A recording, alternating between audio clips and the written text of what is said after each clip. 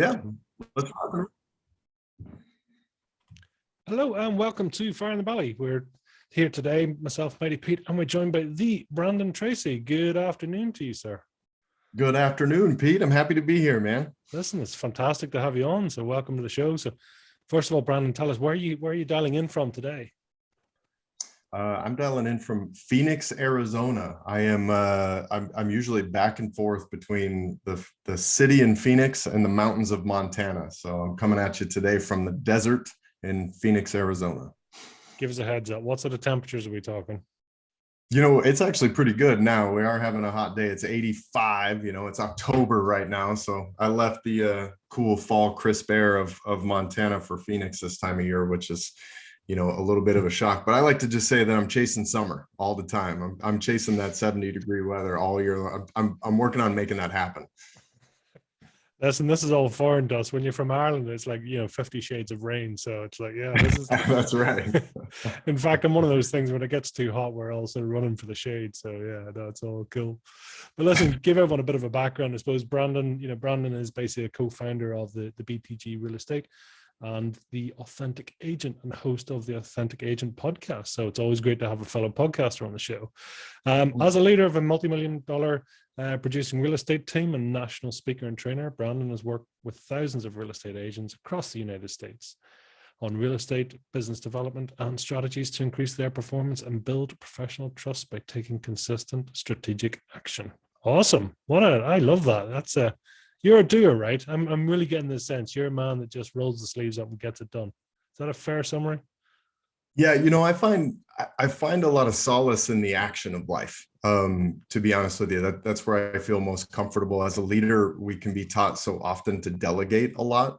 And although I do, anybody who's building a business or any entrepreneurs knows how important leverage and delegation can be. But yeah, I've always felt really comfortable in the action, you know, and you know, it just helps me to be doing. It makes me feel like I'm contributing and moving my life forward. So I've always found a lot of comfort in it.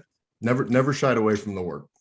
Do you find it sort of almost like masterminding? You get ideas when you're stuck or you're involved in the process and actually physically doing it. Do you find it almost inspiring to be involved in the doing part?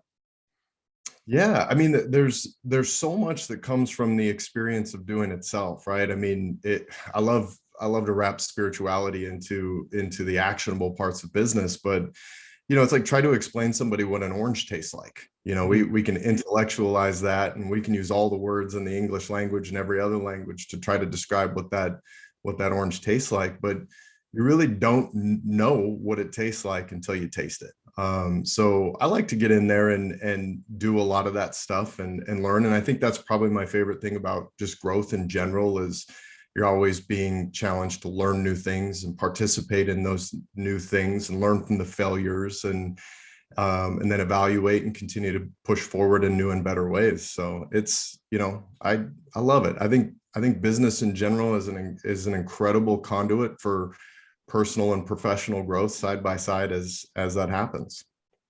Well, where do you set them, Brandon? I mean, would you be more solving problems or coming up with new ideas? Where's your sort of natural flow state? Well, I definitely love vision casting, as anybody who has worked with me would tell you. It's just I'm constantly at 30,000 foot, you know, pushing the issue, pushing the progress, and just dreaming up, you know, where our organizations or where some of our businesses can go next. And so I definitely enjoy that part. I enjoy the leadership aspects of you know, helping people, you know, overcome their own perceived limitations and figure out what inside of them is keeping them from, you know, making the forward progress that they want in their lives. So I get a lot out of that.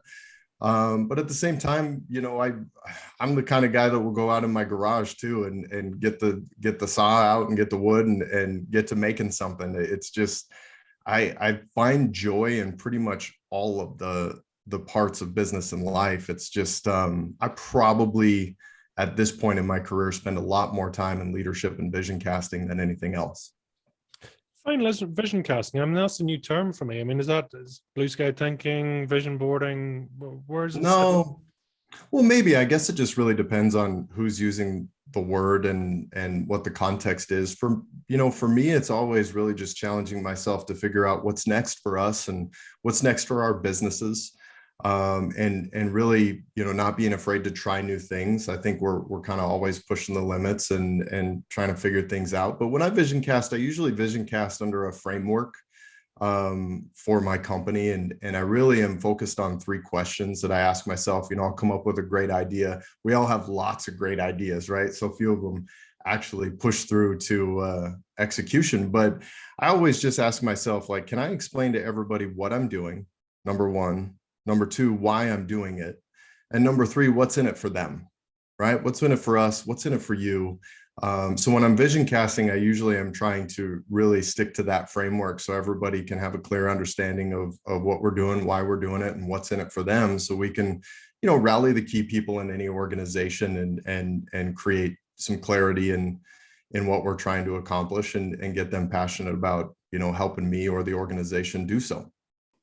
That's super interesting. I mean, so is that service oriented? You know, when you're trying to find out what's in it for them, that, you know, is that for ease of engagement, ease for, you know, finding out exactly what's going to appeal to the person, or what led you to ask that question quite specifically? Well, I'm in the real estate industry, so you know, although I do have W-2 employees, a lot of the people that I lead in my organization are independent contractors, and you lead those two people very differently, I think. And quite frankly, the majority of people who work in our organization are all independent licensed real estate agents that, you know, basically vote to be here at our business every single day. There's nothing holding them here. They're very transient. They can go anywhere at any time. So a lot of what we do as an organization or how I lead as an individual is acknowledging that, you know, in a lot of ways they work for my organization, but I work for them. And I have to create a environment that, you know, ties in all of the, you know, the technology and the leverage and the key components that they need to run their business. But I also have to cultivate, you know, a very purposeful culture and community within here that they feel proud of and that they want to continue to be a part of, you know, long into the future. And you usually don't just get stuck on one thing with that. You have to be evolving because people evolve, people grow, the industry evolves and grows as well. So you can't ever just sit in one place. So that's the funnest part of my job, is just accepting the challenge of, you know, where are we going and how are we going to get there? And when we get there, what's in it for all these people that work for me? How are you with status quo? When things get a bit too normal, are you the kind that needs to shake it up a bit and change things about a little? I don't know if I shake it up. You know, I'm sure there's a few people in my organization that would probably laugh as they hear me say that, but you know, I think status quo makes me uncomfortable. I start to feel vulnerable when we've just kind of been, you know, sitting in one place for too long. And I'm sure there's a multitude of reasons for why I feel that way, but you know, I feel like I feel best when we're growing, when we're learning, when we're taking on challenges, even when we're failing, because we're offered opportunities to evaluate and reorganize and continue to push forward. So I like being in that process because it feels like movement. It feels like progress to me. And I'm most comfortable in there. You know, Barbara Cochran said this one time, it's just, you know, business or money or life in general, it's like blood in the body. It's constantly needs to be moving and pumping to support life, right? And the moment it stops, it has a tendency to pool, and we know what happens after that. So I feel most comfortable when we're, you know, when we're really in that process and creating momentum and movement. And what satisfies you? Boy, you know, I would answer that question in so many different ways throughout my career. But right now, what satisfies me is, you know, I run an organization like we just talked about that people could pick up and leave and go to another organization tomorrow. It's really easy for them to do that. So what satisfies me is to be able to see that, you know, we're making a difference in the people that actually work for us. because quite frankly, in the real estate industry, there's so many options, right? I mean, it can be very difficult for brokerages and teams as they get caught up in this, because there's really only so many systems and strategies and leverage points and leads and communities and cultures. There's only so much of that stuff to go around before you really realize as an individual that what could potentially be holding you back is you. So we focus on that more holistic aspect of growing your business and taking personal responsibility for, you know, your own intention and what you bring to the table and what you do to advance your life and career. So we have a lot of those conversations. I'm very open and vulnerable about those conversations with myself and sharing my journey, in hopes to inspire them to do the same. But it's nerve-wracking, right? It's nerve-wracking because you're introducing a philosophy or a belief system. It's not. What is it? I mean, it's secular in that everybody has a seat at the table, but you know, you're also being willing to talk about very vulnerable things, very raw and honest things about ourselves and what holds us back. That I love. I love curating a culture in our business that supports that, because ultimately what holds people back is deep inside themselves. It really isn't external. We like to believe that it is, because then we don't have to take a lot of personal responsibility for creating our own results. But when you can really help somebody see that, the parts of themselves that are holding them back, meet them where they are and help them find a path forward, not just a path forward emotionally, but attaching that path forward to results in their life and their business, and being able to have an impact on an individual's, you know, financial well-being, not just now, but for long into the future for themselves and their family. That's incredibly rewarding. And every once in a while, I'll just sit back and that'll hit me. You know, I'll be sitting in the mountains of Montana and I'll get a text message from one of our people, or I'll think about somebody in our organization that I'm just so proud of, and it'll just hit me deep and be like, what an honor it is to just get to participate in that part of their life as well. So I guess that's a real long-winded answer for your question, but it's extremely rewarding. How many people get it? Because I mean, I listen, you know, you understand this, and when you talk about, you know, the mindset, it's not, because I'm sure, as you say, there's only so many strategies you can do, right, in different combinations, and that's fine. But it is realizing that actually, you know, it lies within, not without. Do people get it? Gosh, that's such a big question, right? Like, the answer to that, the most direct answer to that is sure, people get it. No, most people don't. And that's hard. It's really hard to run an organization where you're really trying to help people, but you have a tendency to want it more for them than they want it for themselves. We don't have a lot of that now in our organization, but over the years, before we really understood how to attract like-minded individuals, we did have a tendency to get a lot of people in that you know, maybe just couldn't take personal responsibility, and we're always looking for someone else, some external thing to give that responsibility to. So it's hard. You know, Pete, I do think though that we're going through a bit of an awakening.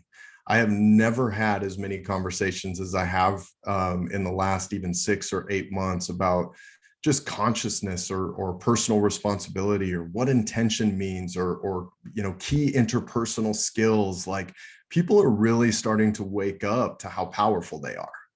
They really are. And I still think it's a minority, at least from what I see, but they're waking up, and that's exciting, man. I mean, I don't know how you feel about it, but that excites me when I start to have those conversations with people entering our organization and just being like, okay, here we go. Like, we can work with this. Do you think your sphere is changing, you know, and this sort of vortex that actually maybe your journey's moving on, which is attracting like-minded, or do you think it is the population in general? Oh, I think it's probably both. I think that, let's start with the population, because the accessibility to this conversation has never been more easy than it is now. Whether it's through podcasts or through books, we have so many incredible books that are, you know, on top selling lists. You know, we have Oprah pushing people like Eckhart Tolle. We have Michael Singer. We've got, more people than ever reading the Bhagavad Gita and the Tao Te Ching. And it's just like, I think there's a general curiosity now in the population that, listen, it's going to lead to something, right? Like when people are curious and participating in the conversation at the level they are, I think that it's definitely going to lead to a broader acceptance of the conversation. But you're also right. Yeah, I mean, as I grow and as I have more of these conversations and get deeper into this myself, I do have a tendency to gravitate towards other people that are on that same journey. And that absolutely does change my sphere of influence to a certain degree. But what I see is the people who are already in my life taking a great interest as I share. And I share strategically and systematically this kind of conversation through our business and in my life. And I think what happens is people start to raise their hand and say, hey, tell me more about this. So, I think both things are happening simultaneously, and I think it's fascinating. Which comes first for you now? Is it the connection? And you mentioned spirituality there, but is it the connection, the mindset, or is it the real estate business? I mean, do you see one's a niche for the other or a tool for the other? But do you think it's almost an even spread, or do you think one will become more powerful than the other, but the niche is the market that you understand the best? I guess it probably really depends on the individual mindset. For me, I think that business is an incredible conduit for personal and spiritual growth. I say this to our organization all the time. I'm a big believer that our businesses will grow in direct proportion to how much we grow as people. So I'm not entirely sure which one comes first, but I do know that as an entrepreneur, we face a lot of challenges that, a regular corporate worker may not face, in that we accept so much responsibility for so many things, including fear and anxiety and rejection and reluctancy to put ourselves out there in a way that you just don't have to in the corporate world. And I think that in order for us to really, overcome those fears and anxieties and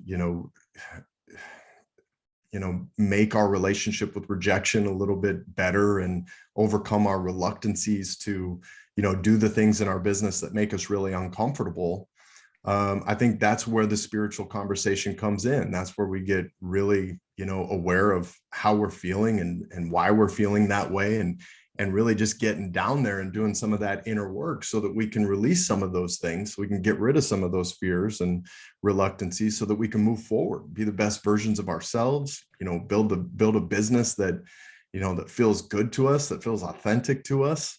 We're not going to do those free of fear or free of discomfort, right? We have to go through those things, and to get through those things with grace, I think takes a little bit of inner work. Do you enjoy that contrast? That sort of almost here's the pain, here's where I've come from, and then vice versa. That gives me the motivation to never go back, or this is the reason why we work harder, faster, better, systemized tools, whatever, right? Is that something that brings fuel to your life? Well, I think the idea of just stepping off the wheel of suffering is what fuels me. I spent so much of my life living, somewhat unconsciously in the emotions and the reaction, just operating, flowing through life, from, for lack of a better term, the lower self, right? As life, unfolded for me, I would react, and that's how I would, just handle life. But now I've really come to terms with the idea that I can just sit back behind those emotions, sit back into a place of calmness and clarity and confidence, and then, bring that to the decisions and the actions that I take in business and in life every day. And not get caught up in all of the frustration and the worry about what could happen and the anxiety that comes along with those things, but just to sit back in that and enjoy the process. I love that the saying one of my mentors and coach says all the time is, spirituality isn't changing what you do, it's changing the part of you that does it. And we talk about this a lot in our business. You may not change a lot of the action items that you need to take in business to succeed every day. That might not change, but the part of you that does those things will change. Maybe you're no longer doing those things from fear and anxiety, and you're terrified of being rejected, and you're reluctant to take action. Now you're bringing just a calmer, clearer, more confident person to that item, that action item. And that's the part of you that's doing it. And when you're doing that, you're doing it from so much more of an authentic place, that the results have a tendency to 10x because of the place that you're doing it from. And that's really, to me, just what business gives me, what those challenges give me, is an opportunity to really live that part. And every time I do it, I realize, like, man, I wasted so much of my life taking action from a place of scarcity that I didn't have to. It wouldn't have changed whether or not I was going to take action. I just did it from a place that caused me so much suffering. Why did I do that? So now I get to see it so much more clearly. And that just makes it all more fun. The challenges, the failures, all of it, the ultimate successes, it's so much more fun to do it from this place. Is that almost like an ethos for you now? It has to connect to you, whatever you do, or, there has to be passion. It has to be something you believe in, or are you happy to go strategic and saying, well, this is just what the business needs. It may not be for me, but I'll do what I have to do. No, I'm absolutely happy to go strategic when it's necessary, because, ultimately, as much of a fantastic conduit for spirituality that business can be, we're still running businesses, right? And we still have P&Ls to review, and we still have to criticize the money that we spend in the business and make sure that it's creating and producing the results that we intend for it to do. Because ultimately, if we fail at the business part, if we fail at the numbers part in business, then we don't have this incredible platform to bring all of the other wonderful things to the table. And we talk about this a lot in our organization at BTG Real Estate. It's just like, listen, we're going to honor the bottom line of this business so that we can protect all of the other cultural and community things that we bring to the table that impact us all at another level. So, I think you have to be a business person when the time calls for it, and you have to make those tough decisions, but it's why you're making them. It's what you're making them for that I think can change a bit. Tell me, what does fire in the belly mean to you, Brandon? Boy, the first word that comes to mind is passion, right? But I think passion, like authenticity or many other words, I think sometimes people hear them and roll their eyes and be like, oh, here we go again with this conversation. But, ultimately, to me, having a fire in the belly is what gets you through the harder things, right? It's what gets you through the challenges. It's stepping up to the starting line going, okay, it's definitely not going to be a clear path. I'm going to take on some challenges, but man, I want this. I want this for myself. I want this for my family. I want this for my future. I want this for my family's future. And I'm willing to do it, right? I'm willing to show up on this line, and I'm willing to take action, even when it's super uncomfortable, because I've got that passion. I've got that fire in the belly. Like, I'm ready to take control of my own life. Is it something you have now? Is it something you've always had, or when does it kick in for you? That's a good question. I think I've always had a fire in the belly from a competitive nature. As a young man, I played sports, basketball, football, baseball. I ran track. I was a very busy athlete when I was young. And I always had that desire to improve, that desire to impact my teammates in a positive way. It was always there. But to be honest with you, once that went away after, my first couple of years in college, and, life started to change for me, I really struggled to find that in the world again. And I probably floundered around for a good 5 or 7 or 10 years even, really trying to discover whether or not those old flames could translate to the world I was living in now, which was not an athlete's world, right? It was just a young man trying to find his way, trying to find a way to make a living. And I lost it for a while. So it was really amazing when I came back and found my stride in business, and found a community and a team to plug into that I realized, like, there it is, like there it is. And then it just was, all right, am I going to let this out? Can I let this out in this environment? And can I use this to fuel my life and business? And thankfully the answer was absolutely.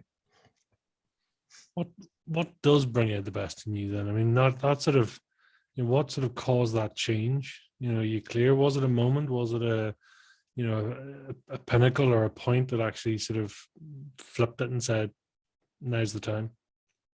Yeah, I think there was a couple in my life. The first one being in 2004, I was diagnosed with a brain tumor. And I was a young man at that time, and I was doing athletic training here in the Valley for athletes, and I was still very much a healthy athlete myself. And I just felt like, gosh, how could this be something that happens to me, right? I'm 24 years old, and all of a sudden I've got this golf ball sized brain tumor behind my left eye, and I'm being rushed to the emergency room in one hospital, and then being rushed to Barrow Neurological Institute for emergency brain surgery, and then I'm being pulled out of emergency brain surgery because it's too dangerous. And then we're into a whole mapping system of how to figure that out. And in a moment, I went from just this very, very egoic young man to, I mean, about as much vulnerability as you could possibly imagine, just not knowing, like, wow, well, what's going to happen to me? I was in shock. And it was scary. It was probably more scary for my family because, you go from, what you think to be is just, at the pinnacle of health to the pendulum swinging completely to the other side. And you're hearing a doctor tell your family, it's like, hey, we're not exactly sure how this is going to play out, but right now we got to take it, minute by minute and figure it out. And that was tough. That was a tough moment.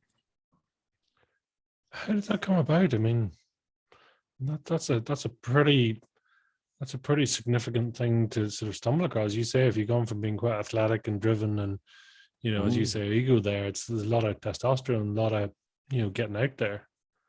Yeah. To be knocked down like that, that's huge. Yeah, it was interesting. I think it was for the first time in my life, I really, really maybe just accepted how vulnerable we all really are. And, I had just been experiencing a lot of headaches and some challenges with my vision. And of course, as a young man, I'm like, there's nothing wrong with me. I still feel great. I'm going, outside of these massive headaches and vision, right? Because that's how you justify things when you're that old. And you're like, well, I'm fine otherwise, so it must be okay. But ultimately, after dealing with that for a couple of weeks and not seeing anybody, I ended up passing out on my bathroom floor, 5 a.m. one morning, getting ready for work. And my girlfriend at the time and my roommate, got me into the car and rushed me to the emergency room. And, I went from, one of those regular emergency room people that they assume are just, screaming migraine to get some drugs. I guess that was a thing. So they didn't treat me too well when I first got there. But after that MRI, all of a sudden, I just felt the body language changed, the pitch of the voice changed in the doctors and the nurses. I could see the concern in their face. And it was that moment, even now, just saying it out loud, I just feel that pit in my stomach open up, and you just know everything changed in the moment, right? Like, you're not worried about your work that day. You're not worried about your homework you got to get done. You're literally not worried. Here's an interesting part about this. You're scared, you're terrified, and you're vulnerable to that moment, but nothing else matters. All of the worries and fears and anxieties you had about the world just even 10 minutes ago, gone. Like, every one of them were just gone. And for as scary as it was also extremely, extremely clarifying about what matters and what doesn't. And in that moment, the only thing that really mattered was life. And the only things that were going through my head were my family. Everything else just peeled away. And I think that moment kind of taught me something, that I could get really caught up in all these fears and anxieties and worries and all the things I was supposed to accomplish and all the people's, all the perceived judgments of the world. But in the end, we could just be gone tomorrow. What does any of it matter? It's like a massive perspective magnifying glass, isn't it? Sort of going, yeah, that sort of really important work meeting. It's not that important, right? Not really important at all. Yeah. Yeah. There's so much stuff, right? I mean, it's almost because, a number of people that talk about either near-death experiences or spiritual experience or anything else in that split second, whatever else it is, it just clears the canvas, clears the board, and says, do you know what? All bets are off. What used to be important no longer is. That's a massive shift. Yeah. I didn't know it at the time, because I was still young. And I think what I was doing is I was very much experiencing those moments from the emotions themselves. So, I was definitely feeling fear. I was definitely feeling vulnerable. But I was learning that I was actually able to let go of all those other things, because the world didn't stop just because I was in that situation, but I was actually able to let go of all of it and just be in that moment. And I think about that from a spirituality point now. Whenever I'm feeling stressed or anxious or fearful or unsure or uncertain, or I lack confidence, I'm actually able to just let go of that and just sit behind it and realize, like, how many times you've been in this position throughout your life, how many times all of us have. But when we're in it, it feels like this is the only time. Like, this one's bigger than the last one. I'm for sure this is like, I definitely should be in it this time. But we don't have to. We can sit back behind that. And as the Buddha would say, just step off the wheel of suffering for a moment and just take a deep breath and realize, okay, I'm going to take action. I'm going to take action forward, and I'm going to do it from a place of calmness, clarity, and confidence. And that's in my control. I can do that. How did you change before and after? Was it everything? Well, I don't think it was everything, but it definitely was a bookmark moment in my life, right? Where there was a before this moment and a clear after this moment. But I definitely changed. This was 2004. I got a lot more ambitious. I didn't know what to do with the spiritual energy at all, because I had never really had, much in the way of education around spirituality. So I didn't really understand what I was going through spiritually. But what I did know is what I was going through with my motivation around life. I understood that, man, I want more out of life. I want more out of life than the current path that I'm on will give me. And I started to accept responsibility that I might have to get out there and challenge myself and take some risks and learn some new things. And that that kind of spurred me to the next moment of my life, which was real estate. And, I got into real estate, not in sales, but I started to do some investing. I started to do some flipping of some homes. I mean, I bought my first house on a credit card, fixed it up on a credit card, and then sold it, for twice that I put on the credit cards, and went, oh my gosh, I'm a genius. I am a genius, Pete. How could it be this easy? It has to be because I'm a genius and I'm special. And I did that a few more times, and started to accumulate a great deal of overinflated confidence. Parlayed that into buying some property and building some spec homes, one of which I built myself. And at the height of that moment, when my biggest project was nearing its completion, the market crashed, and I was left without anything. I mean, I lost all of it. Everything. I lost every property that I had, either to a quick sale, a short sale, a couple even to foreclosure. I lost all the money I had because I was way too overly leveraged in a market that had no equity. And it was just such a shock again to my young egoic mind that this could happen to me, because I was I was telling myself a story about how great I was. Right. It couldn't possibly be that we were just in this crazy bubble. Right. It had to be because I was clearly amazing, making all the right moves. Because that's what we can do sometimes when we get caught up in our ego, is we just start buying our own hype. And so I took that moment pretty hard. I felt very shameful, very, very shameful. And I carried an immense amount of guilt around that, not just because of the situation for what it was, but because, I had family that, got involved with me. And I know now, as I look back over it, that was common. But at the time, it just felt like I made really bad decisions, and I impacted the people around me very negatively. And man, just the weight of shame and guilt just darkened my soul. It was heavy, and I realized I wasn't alone going through that. But at the time, that's what it felt like. It just felt like I did a lot of wrong. That's what it felt like. So when I said after the brain tumor, I knew what to do with my motivational energy and had no idea what to do with my spiritual energy. I think it was this moment that collapsed me down to a place where, I no longer have home or a couple of homes. I no longer have multiple cars.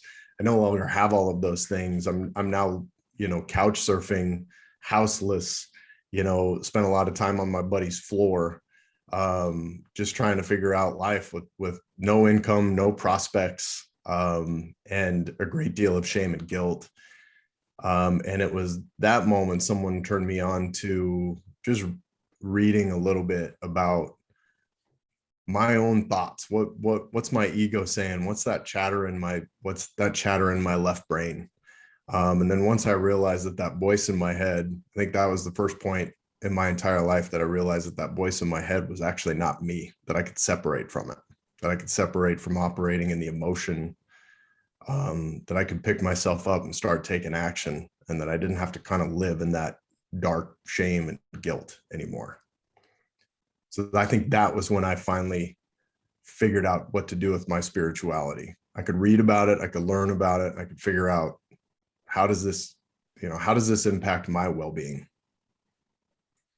That's huge, isn't it? To realize that voice is not necessarily your voice, and it's not necessarily always going to do the best thing for you. It's a different voice. Do you see it as the voice you talked about ego. Do you see it as the voice of the ego, the voice of the mind? What way would you define it? Yeah, I like to, for the sake of keeping it simple for myself, I like to just refer to it as my egoic mind, right? My left brain chatter.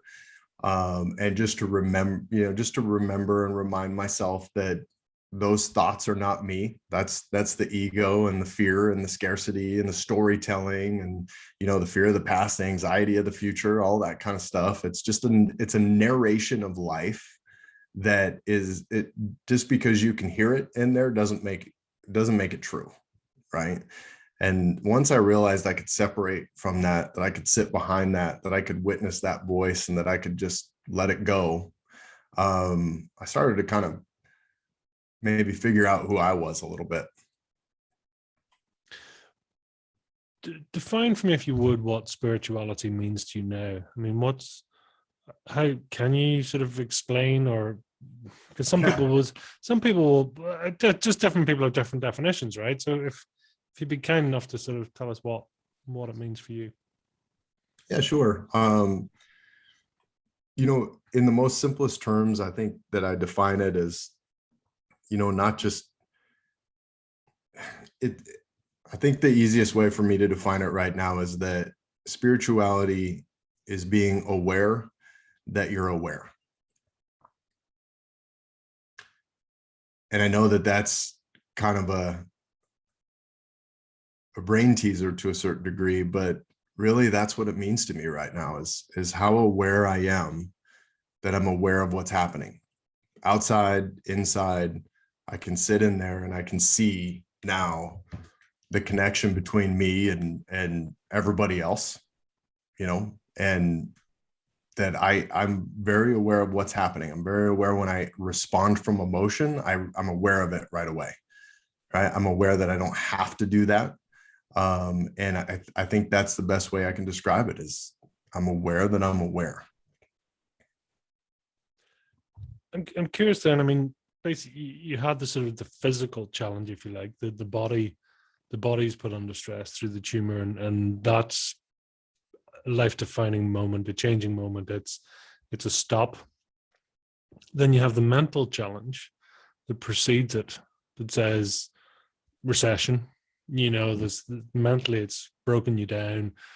Sort of all the usual sort of fear, guilt, shame, as you mentioned. There's so much there. I mean, do you think these things are maybe sent to challenge you? Do you think that's almost been part of your course, that actually you had to go through that? Yeah, I think so. I think you can pretty much handle anything that gets put in front of you. You don't know it at the time because it just depends on where you're at in your journey. But yeah, I think there's a lot of things that were put in front of me to challenge me, the same way I think there was a lot of people that were put in my life to nudge me in the right direction, or maybe to help pivot me away from, a direction that might not have served me in my life. So I don't really know how I feel about fate or everything being preordained or anything like that. I think now more than ever, I really feel like, I surrender to life as it unfolds for me. And instead of just fighting it and breaking everything up into like and dislike and, making up, narrating stories in my head about perceived wrongs or whatever it is, it's just, I accept the moment and I surrender to life as it unfolds for me. And although I am going to have goals and I'm going to work towards those goals, I'm not so specific in them that they have to work out in such a specific way to make me okay. And what I mean by that is, I might set off on a path to achieve a goal, but in the process of hunting that goal down, I'm really open to all possibilities of good. So as the challenges come in and they derail me from that specific goal that I set out to achieve, I'm very open to that path changing so that I can be open to any possibility of good that comes from my movement or my momentum towards that goal. If you're testing a goal or you're getting this feedback, I mean, do you have a process, or I mean, is it down to gut feeling, or how you then respond to that change? I mean, is it a case of just let it unfold, or do you listen to yourself or take time out and say, listen, let's just think this through before anything else happened? Do you have a process?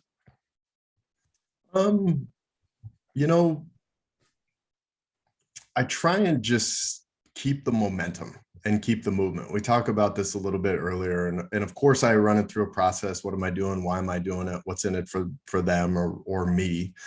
Right. But after that, it's really about momentum. We talk a lot about consistency in our business. It's just, I mean, it's one of the daggers for most people, that they don't understand that a lot of their inability to move their business forward is just simply inconsistency. It's such a simple thing, yet so incredibly powerful to show up for yourself and your business and your family and your goals and do it with great consistency.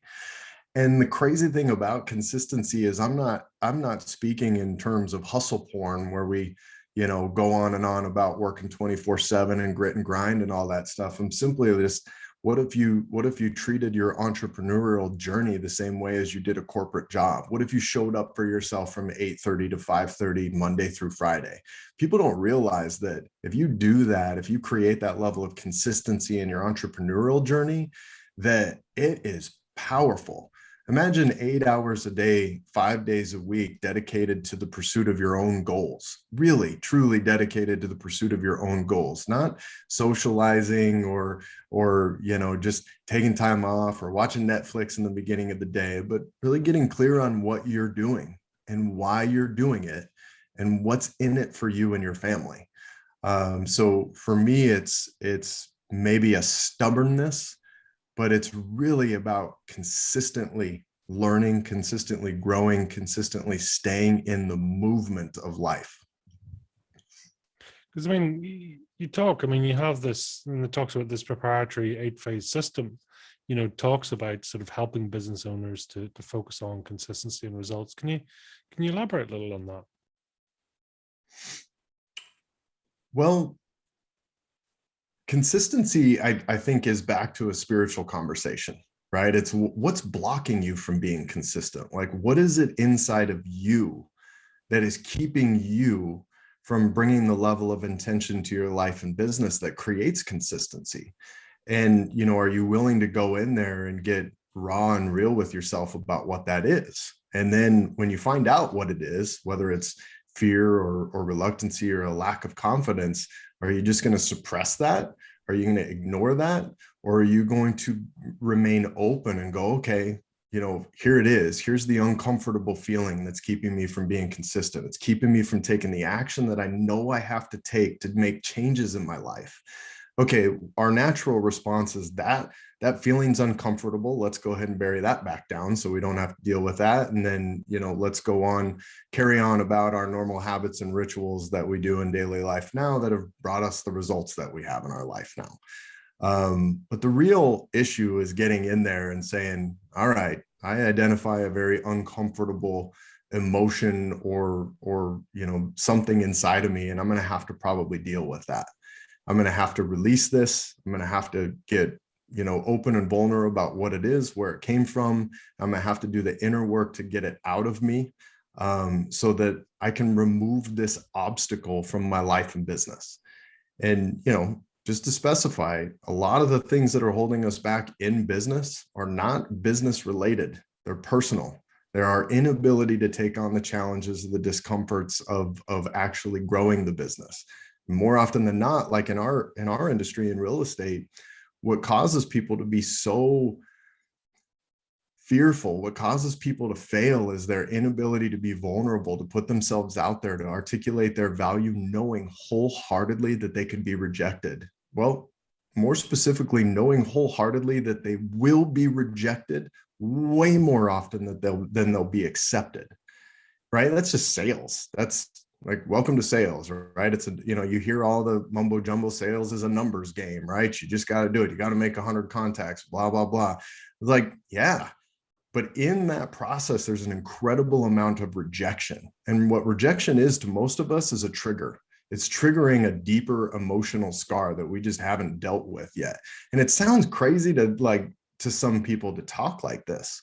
But the reality of it is somebody telling you no, they don't want your services should not send you into a bucket of ice cream and 12 hours of Netflix. It just shouldn't. But it does for some people. And that's okay. That doesn't mean there's anything wrong with you, right? It as a matter of fact, it's quite normal to experience that.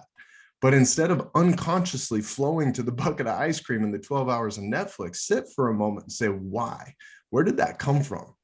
What did that rejection trigger inside of me? Because if I could solve that puzzle, if I could get that right, then I'm going to open myself up to everything that I said that I wanted from this business. I'm going to open myself up to all the success that I could possibly want, because I know how important this specific task is to the growth of my business.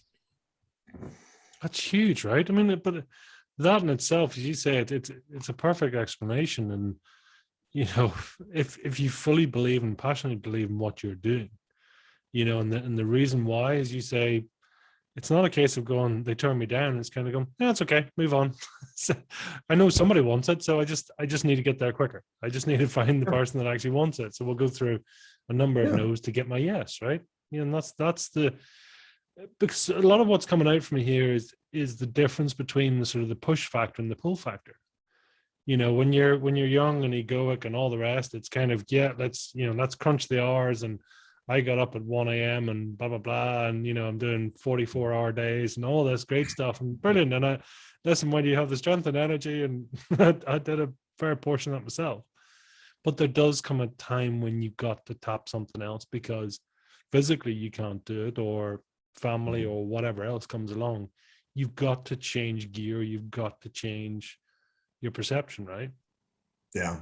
I think if you're grit and grinding through that, and I think for a lot of us, we've been there. I've done the 14-hour, 16-hour days for months on end. And, my wife reminded me that we haven't actually had a day off. I mean, I've done all of that.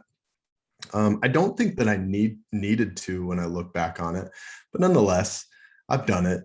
And what it does is it just leads to an extremely unhealthy lifestyle, and ultimately it leads to burnout. And it could be burnout in the sense of you just quitting altogether and no longer pursuing this dream, or it leads to a deeper burnout of who you are and what you value and what your personality is. It burns out your friendships, it burns out your relationships, and it overtakes everything that you are in your life. And then all of a sudden, that's it. All you are is this misery that performs this job task.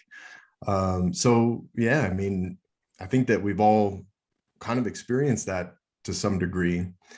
I've never really subscribed wholeheartedly to the idea that you got to find a job that you're passionate about. Because I don't know how realistic that is in today's world. And if we subscribe to that and that's it, then we're constantly in pursuit of a job that we feel passionate about. But in the reality of it is, we might be actually avoiding work. We might just be avoiding discomfort and telling ourselves, well, what I really want to do is never be uncomfortable and never really have to work, and then I'll be passionate. And I'm a big believer in that you bring passion to your work. You bring your own passion to your work, knowing why you're here. Why are you doing this work? What are your intentions around this work? Sure, maybe this work isn't your life's journey, but maybe this work creates a specific role or specific outcome or a specific amount of income that enables you to then impact what you're passionate about. Maybe this job is just a stepping stone and you're going to bring everything you got to this job because you're going to use it to step on to another opportunity. Whatever it is, I'm a big believer in that you find that passion inside of yourself. You find that clarity inside of yourself about what your intentions are, and then you bring that to the work that you do. And then that work is a tool to create income, experience, relationships. And then that income, that experience, that relationship, then that becomes 3 more tools that you use to fuel whatever it is next in your journey that you really want to be passionate about. So I'm a big believer in that. And then I'll say this, I think this applies to pretty much every single person that I've talked to in my industry. But I think you got to get real authentic. And what I mean by that is, on this journey, especially if you're an entrepreneur, you're going to do 2 things to almost everybody you come in contact with. You're going to either repel or attract them. And I think that you just got to be wholeheartedly okay with that, right? Because you can't please everybody. You can't build a business on, every single person is your customer, right? There's so many books about this, like niche books or one thing books or whatever. It's all there. But the reality of it is if you're going to build a business in real estate, we talk about this a lot, is it's always best to be your most authentic self, to operate from the place inside of you that feels the most authentic to you. And then do that consistently, and also be okay when you're rejected for that. Because in doing so, you give yourself the absolute best opportunity to attract like-minded individuals that want to work with you. And in that same process, you are also going to talk to people that will roll their eyes and not want anything to do with you. And that's rejection, right? And that's okay. But if you try and walk that line somewhere, you'll be nothing to the people who reject you, and you'll be very little or nothing to the people who should have accepted you, because you're not really doing it in a way that feels authentic and right to you. So I just have I've just really hammered down this idea, especially in our organization, that your best bet is to be your most authentic self. That doesn't mean you don't have to do the work. It doesn't mean that you won't fail. It doesn't mean that you won't have to evaluate your fails and evolve and try again. It doesn't even mean you might not fail again after that. It just means that if you're your most authentic self, you're going to have your best shot at surviving that very real gauntlet that we all go through when we're trying to build a business, especially a real estate sales career. How can someone self-test? I mean, if you're saying I'm being my most authentic self, how should that feel? That's a great question. I think it's going to feel unique to every individual. But for the sake of trying to intellectualize this a little bit, I think some people misinterpret being your most authentic self with never being uncomfortable, right?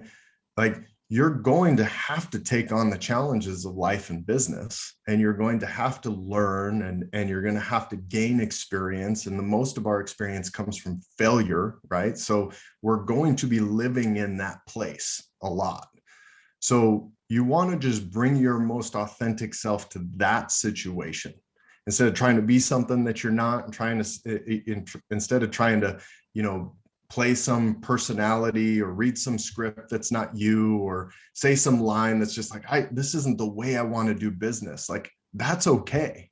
But your responsibility is to finding the way that does feel right. And that's likely still going to come with some discomfort and some fear. And you're going to have to bring your best self to that table and do it. So, authenticity is really about the person doing the task. It's not really about the task itself being one that doesn't make you uncomfortable or doesn't challenge you. Does that answer your question? It's kind of a roundabout way of trying to intellectualize that a bit. But as you say, it's interesting.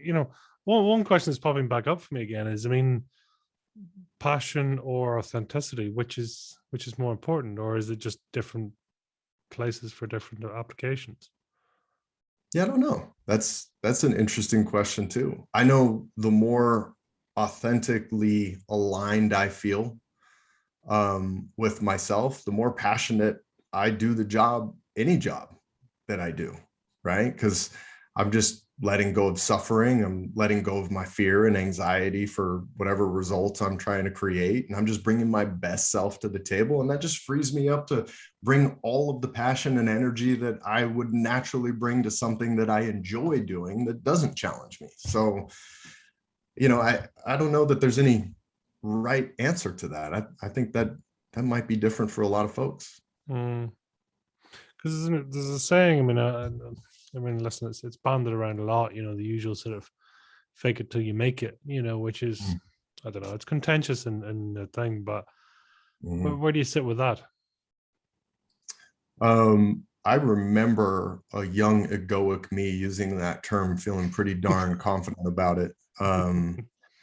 But, knowing what I know now, and, we even launched a program in our business around avoiding this term, fake it till you make it. That wherever you are in your life or your business or your knowledge right now is okay. Like, that's where you should be. Because if you can be really okay with where you are, then you have a very clear path for where you're going and what you need to do to get there. And a lot of that means, education and engagement in your craft. It means, trial and error. And when you're just honest about where you are, you're authentic about where you are in this moment, it's so much easier to move forward through those challenges.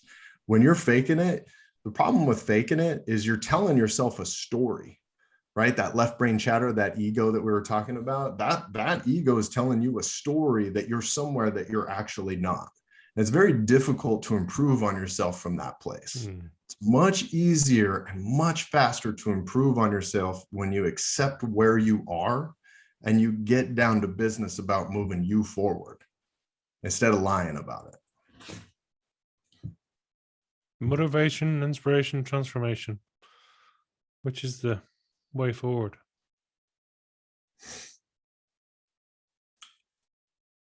Well, I think a lot of those come together in one awesome package for a lot of folks.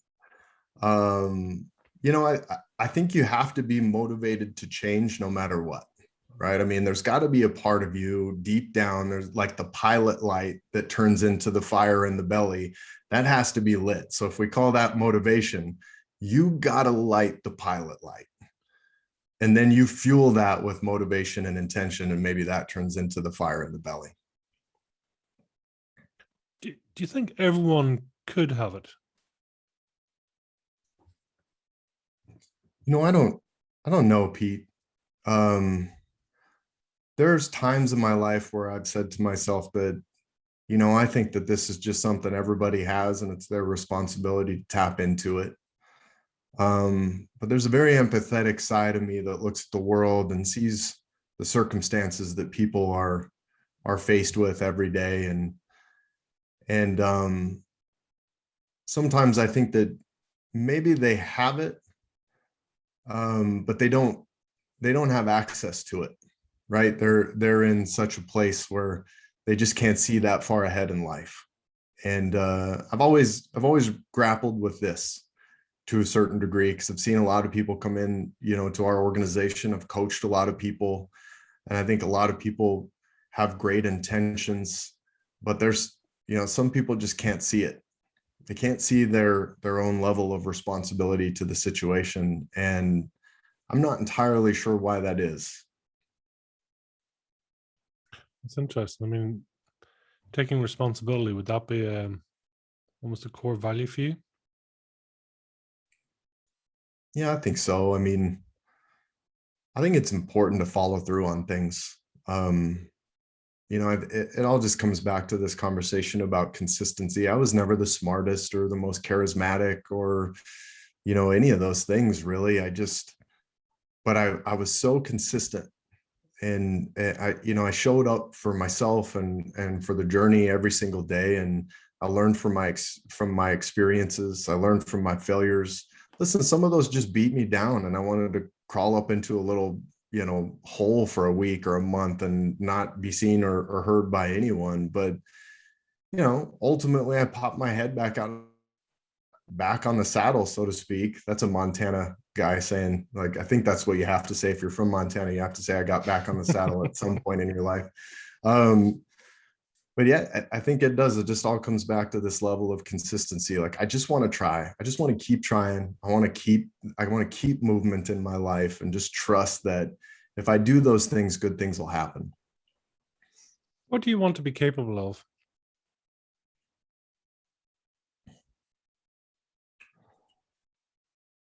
I want to be capable of an incredible amount of presence with the people in my life. And that takes work for me, because, I think just in my own spirituality journey and through meditation, I realized how much distraction I can bring to my life. But I want to be capable of just utter presence with the people that I love the most. And I want to be capable of bringing my absolute best self to them, because I know if I do that, whatever else happens is good. I'm bringing the most present and happy and joyful person to the table. And I don't always do that now, but you asked what I hope to be capable of. I hope to be capable of doing that with the same amount of consistency as I've brought to other areas of my life. Is that a is that a level of success for you, or level of enlightenment, do you think? Or what is No, it said? I think for me, we can call it enlightenment as a spiritual term, but I think what it means for me is a lot of deep acceptance of myself and my journey, and understanding that it's not success or money or any real external thing that's going to bring me happiness and joy. I've spent a lot of my life, thinking that I could earn my way to happiness and joy, or out earn my stupidity for that matter. But I think we have plenty of examples all over the world that money's not a determiner of happiness at all. I mean, there's even studies on this now that, once you're at a certain income level that brings you a certain, amount over the poverty level, it's very difficult to increase your happiness with additional money. So I don't have any ideas that's going to be the case. What I do think is that it's my job to untether myself from the typical human suffering that we go through, our fears and anxieties and, everything that comes along with that. and just realize that happiness and joy is not a high state. It's a state of neutrality. And that I can bring that to everything that I do. I think that's really ultimately what I want to be able to do for the people around me. Have you any perception of how close you are to being your true self? Closer than ever, every day. But here's the thing about like all of this. I'm not entirely sure that there's a destination, Pete. Like, I really don't know that there is. I think that it's a practice. And, I've heard that, in different, spirituality forums before. And I think more than ever now, I realize that it is a practice, and that I don't need there to be a destination or an arrival point to just really live in the practice itself. And that if I continue to do that, wherever I'm going, which is really just untethering myself from all that suffering, I'm good with. Like, every day is less suffering than the previous day. And that's awesome. And I think they talk about that, in terms of enlightenment as well. It's just like, you don't just reach enlightenment and boom, like you get your medal, you get your award, and everybody says, okay, this person is now enlightened. And then everybody goes, oh, a new enlightened figure. It just doesn't work that way. And I think I don't need it to anymore. I always used to think, as a younger man and as someone who likes to achieve and go after goals, it was always the destination, right? And then what I realized is throughout my whole journey, all I did was move the goalpost. I'd achieve something and it would just be like, okay, well, I got to do the next thing now, because the thing that I achieved that I told myself would make me happy didn't. And I got there, and then it was just like, okay, well, just got to move the goalpost, and I just got to keep moving the goalpost forever and ever and ever. And I realized, like, well, that doesn't seem like an effective strategy for happiness. So yeah, I'm going inward for that. It sounds almost like a different banking experience, as you say, whenever you're push driven, egoically driven, it's like, yeah, I need that number, I need X number of staff, X size, whatever, and then you bank that as a yeah, look at me, I've done it. When sort of almost on the sort of the inwardly looking side, I'm wondering, it's like when you achieve that thing, is gratitude. It's saying, wow, that's amazing, and it's same outcome, different approach. Is that the right way of looking at it? I'm not sure. Yeah, maybe. Yeah. I mean, my wife always reminds me of this now. It's just like to be mindful of celebrating those small moments in life. And I think what happens is we do a lot of comparing our lives to other people. So we don't celebrate the things that we do in our life because we've seen somebody else have something more, or do something bigger or better, or whatever we perceive it to be. And then what we do is we tell ourselves a story about how minuscule or unmeaningful the thing we did is, and then we don't celebrate it. And we got to be mindful of that. Like, you're living life, right? Like, enjoy it and celebrate those things. And listen, I'll look at myself in the Zoom meeting for now, because I'm talking to myself as much as I'm preaching to anybody else, because I still need to do that. I still need to be reminded of that every single day, is not to compare, and to make sure that I celebrate, all those things that we set out to achieve, and recognize those, and don't move the goalpost every time. Mm-hmm. Who or what inspires you?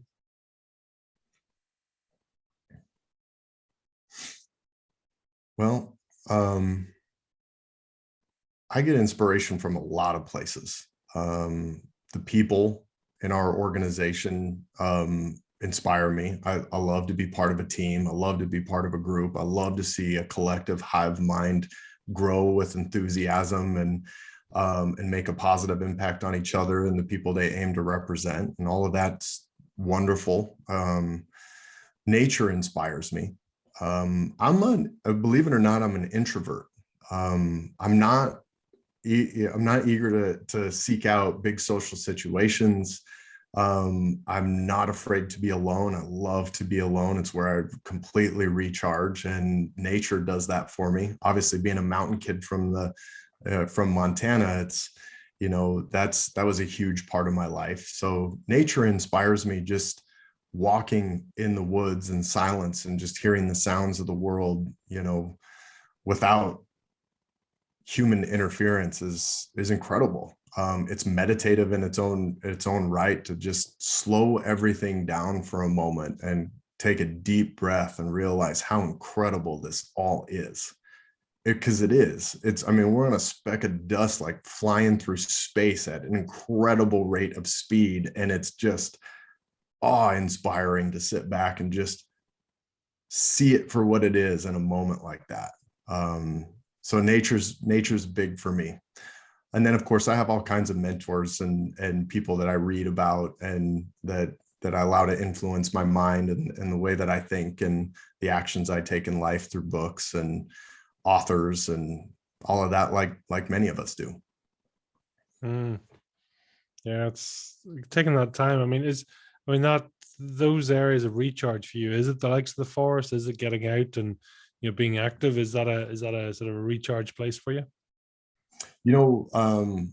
I'm a very active person. I'm an avid backpacker and mountain biker, and I do the rower, and now yoga is such a big part of my life because I'm healing injuries, bodily injuries from 35 or 38 years of sports. So it's become it went from a necessity to a passion of mine. So I do like all of that stuff, but the reality of it is I recharge when I'm all alone. Silence, all by myself. I don't shy away from that moment. I'm good with the silence, and that's where I fully recharge that. And that could be in the middle of nature, or it could just be, in my house and my son's asleep and my wife's baking in the kitchen and I'm just laying in bed and just breathing or reading. It's those moments that recharge me the most. So yeah, that's awesome, isn't it? Just not to be afraid of your own company, and I often sort of wonder, it's like, meditation, peaceful, taking moments for yourself. I mean, it's a fine line because it's also the same sort of process for the likes of depression or some other mental things where it is isolation, it's to retract to, but yet one's very healthy and very positive, and one's, I don't know, is it a recharging, is it a safe space? I don't know. Just curious, it's same actions, different intentions, if that makes sense. Oh, absolutely. I think, as someone who's dealt with his fair share of depression and anxiety throughout my life, there was a period in my life pre-meditation, pre-accepting my own spiritual journey, where a lot of my isolation was clouded with a dark cloud of depression. And now it's changed, because when I'm alone now, someone once put meditation this way for me. Meditation is not the absence of thought. It's the recognition of thought and letting it go over and over and over again. And that was powerful for me in my meditation practice, and a huge contributor of lifting me out of the season of my life where depression and anxiety had a tendency to dominate those more isolated moments in my life. Because now when I'm there, I just breathe. I know it sounds just completely foreign to some people to go like, just focus on your breath and let go of thought. And they're like, what are you talking about? Like, I can't, I can't let go of thought. My mind never shuts up. And it's like, yeah, but you recognize that. Now sit behind it and let it go. And then the repetitiveness of that practice for me just got me really comfortable being alone, because it gave me the opportunity to sit and recognize where my mind was racing and to let that go. And then it would come in and it would race again. I'd recognize it and just let that go.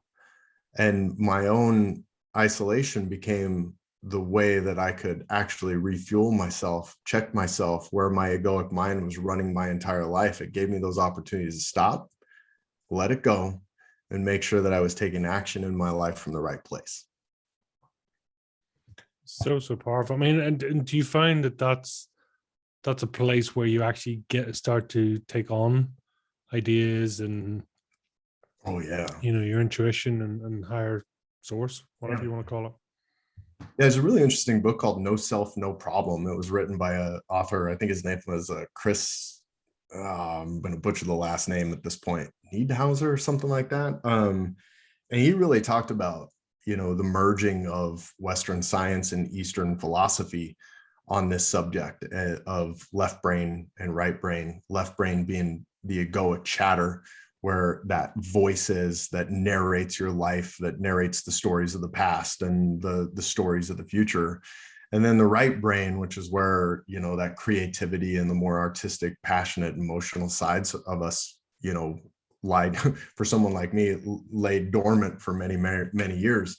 But yeah, I mean, as I'm able to quiet the mind, I'm able to see things not through the lens of emotional fear, frustration, anxiety, not from that lens, but just from a lens of clarity and calmness and a quiet confidence, which just enables you to see things better. And it enables your creativity, to shine through. And that's where you kind of, are making decisions, or you're coming up with ideas from that place, from calm, clear, confident, and not from fear, anxiety, frustration, anger. And your creativity just has a tendency to blossom in that other space so much. And you're really not going to access it unless you quiet that other part of you. And a lot of people, I was one of those people that said for the longest time, I'm just not a creative person, right? I'm just not a deep thinker. I'm just not a whatever. And what I was really saying, I just didn't know it, was I can't get out of my own way. I can't get out of this voice. It's controlling my entire life. It's narrating my life. Everything I do is because it tells me to do it, or it tells me to feel this way. So. And you mentioned earlier on, it's like, do you find those, do you have a little black book or something that you note down ideas? Because when when you're working and you're really spending that time with people, you almost find it insightful, or there you go. That's quite a big black book. Yeah, it has to be. Remember earlier when I told you I like the vision cast? I got a lot of ideas, man. Yeah, I do. And I have to write them down. I kind of have to purge those to get them out of the way so that I can clear that space in there. And I have a tendency to realize that the great ideas that I think that I have, once I kind of purge them out, I realize whether they're actually good or not. So, but yeah, you have to get them out, right? Like, you have to actively participate in those parts of your life of cultivating that creativity, giving it space, playing with it a little bit, getting it out on paper, putting it into a system or a process doc or something like that, testing it, seeing if it's, how does this hold up against, the realities of life or business, and what dominoes are going to fall if I make this decision. It's fun. I mean, that's the creative part of business, right? It's not very artistic, but when you create that space to jump in there, that's where you find all of these incredible people all over the world coming up with new things all the time. That's because they're giving themselves the space to vet those ideas out. And, I think we can all do that. We don't have to have world-changing ideas to improve our lives. Like, even little ideas at home, in your business, with your spouse, with your relationships, like, you have incredible opportunities to improve lots of areas in your life by doing that.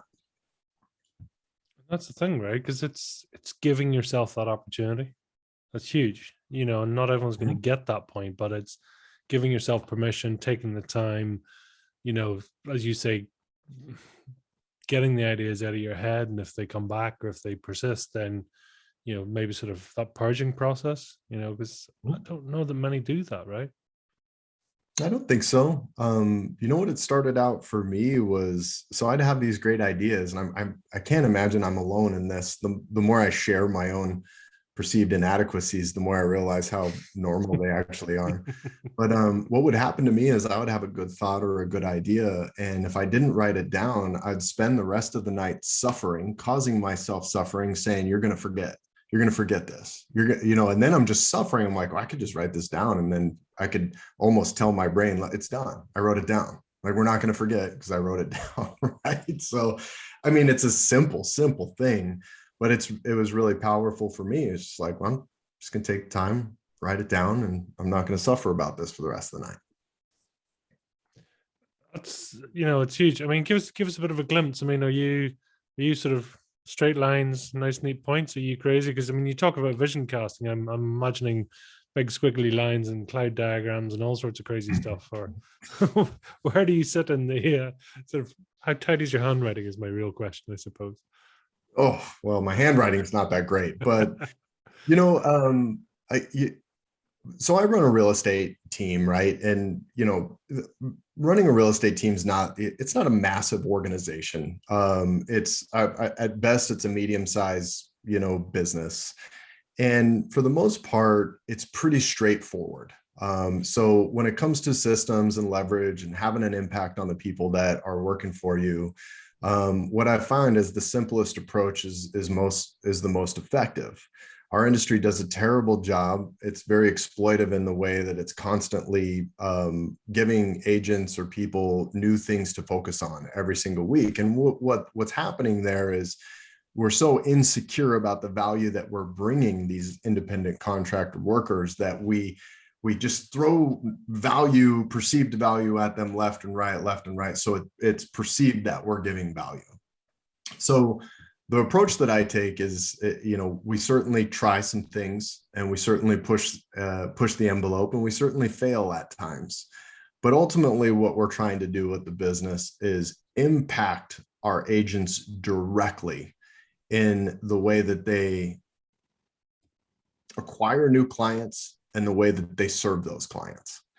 And that's a pretty simple process. So vision casting there is not a huge thing, right? It's not that big board with all the yarn and all the whole FBI profile, deal. It's more or less just, how can we become more effective? How can we become more efficient? How can we become more authentic in our approach to impacting these very important items in our business? So that's a little different. Now we come back out to our authentic agent program and even our, ideas of expanding our business nationally at some point. That's where the bigger pieces get to come in. That's where I get to really flow through some big ideas and, learn from people who have come before me and test out systems and models that other people have used. And really get creative about like, well, if we put our own spin on this, what would it look like, right? And so I get to spend a great deal more creativity there than I do in the agent piece, just because if I bring too much creativity to that, all I do is create a lot of distractions, and that has the opposite effect that I want it to have on our people.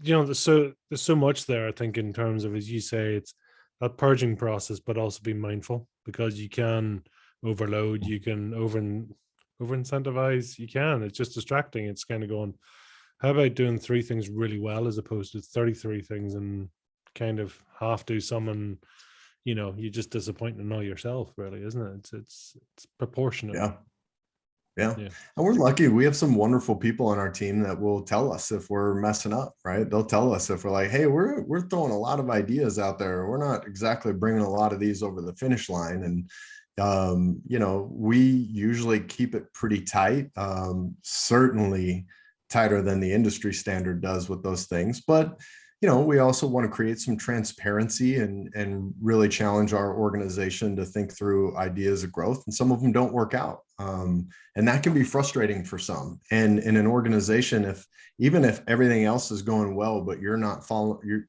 winning, you're not following through on all these ideas because you got too many of them, it can create some frustration, and it can impact your culture and your community of your team, because they're like, well, we got a lot of ideas, but is that all we have? So we're lucky. We have some people that will remind us like, hey, we might be bringing a little too much to the table here. Let's remember what got us here in the first place. Yeah, keep it simple. Yeah. What's your non-negotiables, Brandon?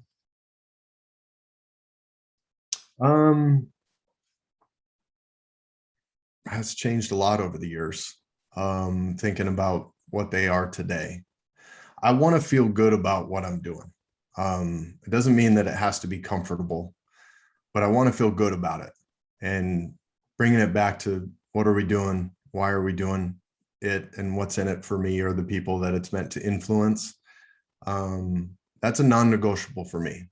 I want to know that the effort that we're going to bring, the money that we're going to spend, the emotional energy that we're going to tax in the process of doing anything that we decide to do, that we feel really good about what it's going to ultimately produce for us, either if it's personal, or if it's professional. I just want to feel good about it. I've spent a lot of time over the years where I wasn't entirely sure why I was doing stuff. I was just doing it because I thought it was supposed to. I was doing it because this other guy over here that has a real successful business, well, that's what he's doing. I can't have that anymore. I wasted a lot of time, energy, money, resources, and relationships, playing that game in the earlier parts of my career. And it's non-negotiable at this point. Mm. Are you clear in, do you believe you have an overall purpose or calling? Are you clear in what that is?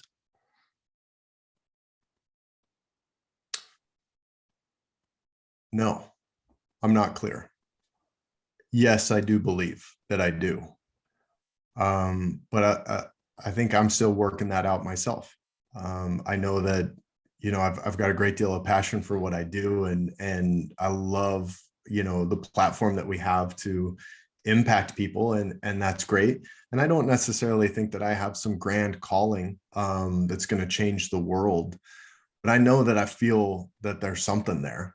But here's the thing, when we talk about these kind of callings and stuff, we have a tendency to go, well, if it's not at scale, does it really matter?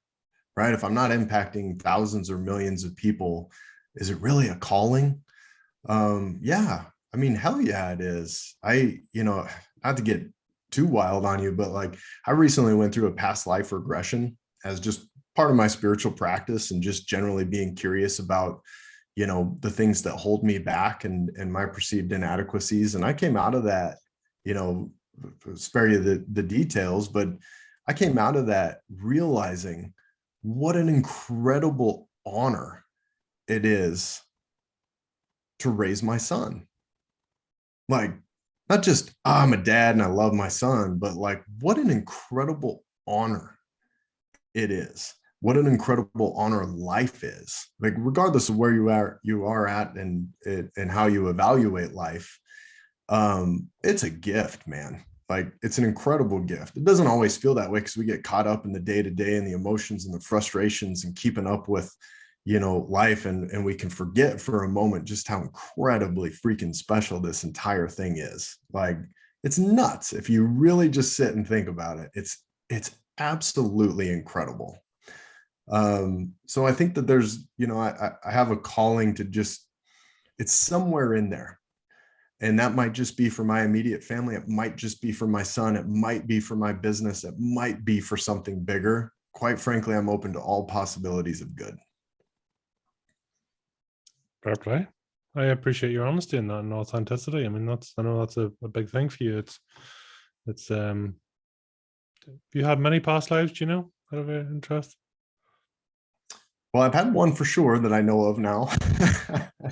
But I think I've also just come to accept that I have likely had many.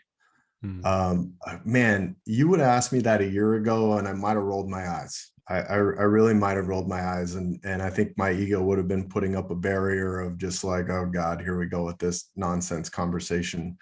The more I've gotten into this, these texts all across the world from different regions of the world, the incredible depth and knowledge, whether they're religious texts or just, Western science or Eastern philosophy, it doesn't matter. Like, this is all coming from somewhere, right? And when you read about all these, when you read about biographies about successful people, you see all these common denominators in meditation and exercise and sleep, and there's a spiritual element to what they do, and it's just like, okay, I'm tired of sitting on the outside of this conversation. I'm ready to lean in and get some experience here and come to my own conclusions based on that experience. Yeah, I know that feeling. I mean, sort of 400 odd interviews later, there's enough people saying I feel something or a connection or something, or Yeah. I think eventually you got to go. And it's funny, the other day I was just looking and sort of saying we're made up of approximately 7.2 trillion cells, and each one of those carries DNA and capability of either replicating itself or potentially a whole human being. So if nothing else, you think, wow, how awesome am I? It's like, Right. so you're kind of going, well, if all those things happen and I, sort of people say, how's your day? It's okay. It's like I've only produced God knows how many million cells. It's Yeah. just like, I'm so awesome. We're all so awesome. It's an appreciation, right? So no, it's very, very powerful place to be. It So is. tell me, if you were to try and describe your fire in the belly in one or two words, Brandon, what would they be? One or two words.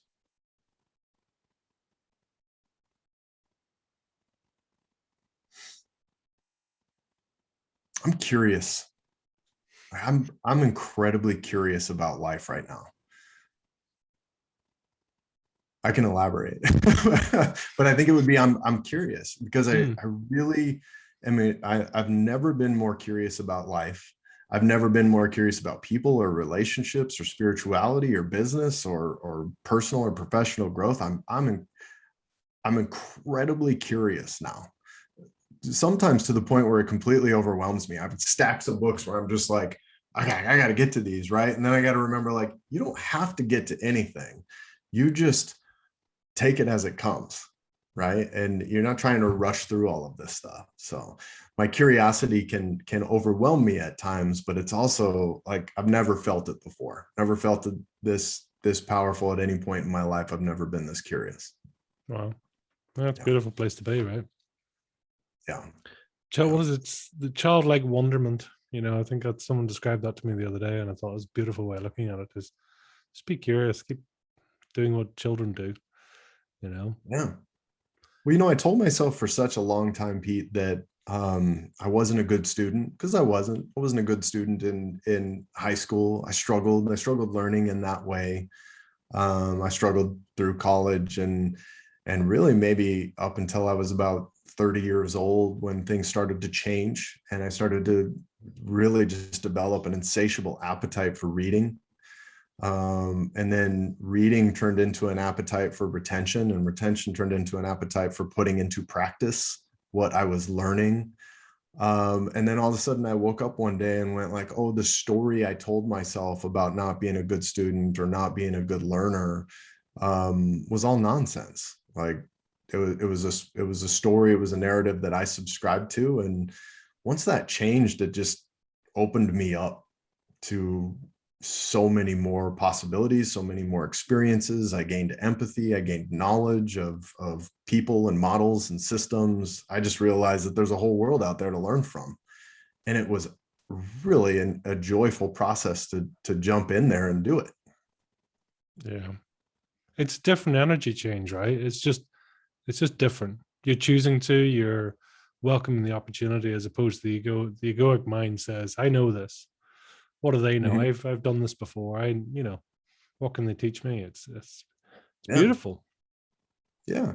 When I think, I spent a little bit of time doing this to myself. Well, I don't want to give my opinion on something because I feel like I'm growing so fast. My opinions and views are changing at rates. I'm like, wow. It doesn't mean I'm flip-flopping on, things, but they're growing. I'll hear myself talk from 3 or 4 years ago and I'll almost cringe a little bit because, we're our own worst critic. But at the same time, I'm like, oh, no, no, no. I want to elaborate on that, and it's just, but I think you just, by having the conversation, by being open to being wrong and knowing wholeheartedly that you can change your opinion with given new information anytime you want, despite what people or you may think, you can do that. And if you're, I notice the more I just have the conversation open and honestly, I do a lot of talking today, but I try to make sure I'm in situations where I listen a lot as well. And if my opinion changes, I'm completely open to it changing based on new information. And I think if we were all that way, I think we'd find that we'd flow through life and we'd progress through life in a much more joyful and rewarding way.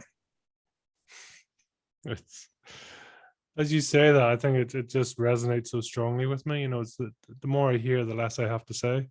It's like beautiful, right? And that's genuinely, that's for me, it's like getting to hear people's missions and whys and purposes and values. For me, it's beautiful. On the show, it's why not? What a privilege to be able to just share that with the outside world. Yeah. I used to come on these podcasts. I think it's funny to just recognize and acknowledge this in myself. But when I first started doing things like this or speaking in front of groups, I had to meditate my way out of a panic attack because I was so fearful of what people might think of me. And do stuff like this, and I might have I might hide notes on the screen, right? Like right in front of me. I put a bunch of notes up there. I can make sure you say this and make sure you say that. And recently in the last year or so, I've really just trusted that whatever comes out of me will be authentic. It'll be real in the moment, and that I don't have to have that crutch in front of me all the time. I think it was Eckhart Tolle talks about this a lot too. And he gets up on a talk, he doesn't have anything to say. He just remains open and lets whatever come to him come out. And he said something about it just feels authentic to me, and it puts me in a position where I'm not anxious about what I'm saying. And I thought to myself, yeah, like just get on there and do that. That sounds simple, right? Like, obviously, that's surrendering to trusting that what you have to say might have value to some, and for others that it doesn't have value, that's okay too. And you're okay with either outcome. It's huge. So to go in with no agenda or no intention means that everything just is, and that's perfect. That's exactly what it's supposed to be. It's not natural per se, but it is totally natural. But it's the ego for a lot of people will just be screaming and saying, how can you not turn up with notes? How can you you Right. must say this, you must say that. And it's like, no, actually I don't need to say anything. Yeah.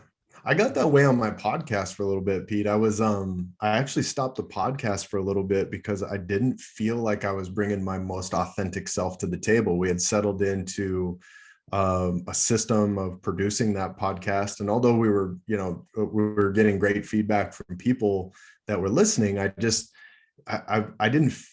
wasn't bringing passion and joy to it. And I had too many talking points in front of me, and say this and make sure you say this and say it in a specific way and make sure you get this point across. And I was just like, this is not why I started a podcast in the first place. So I had to just stop for a moment. I had to take a break and just really get clear on, hey, why are you doing this? And what's going to make it fun and joyful for you? What do you want to give to the podcast community? What do you want to give to the listeners? And I'm excited about coming back into it now, because I think I'm going to do it from a much clearer headspace. Not to say that it hasn't been good. It's been really helpful to our team, but I had to accept that. I had to accept that I wasn't feeling the way I wanted to feel about it, and that made me create some changes. Yeah.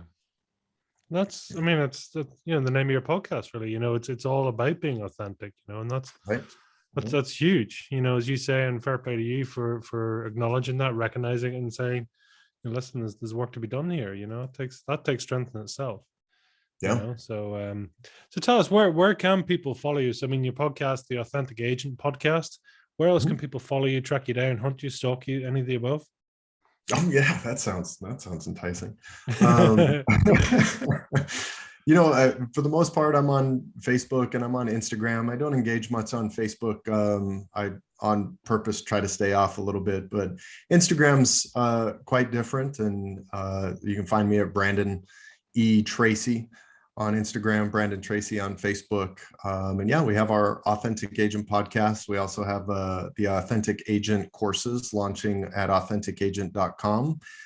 So we're really excited about that. It's really geared mostly for Agents that really just don't feel like they're at where they want to be, or they haven't found their voice in the business yet, but they're also open to, they know that they've got some work to do.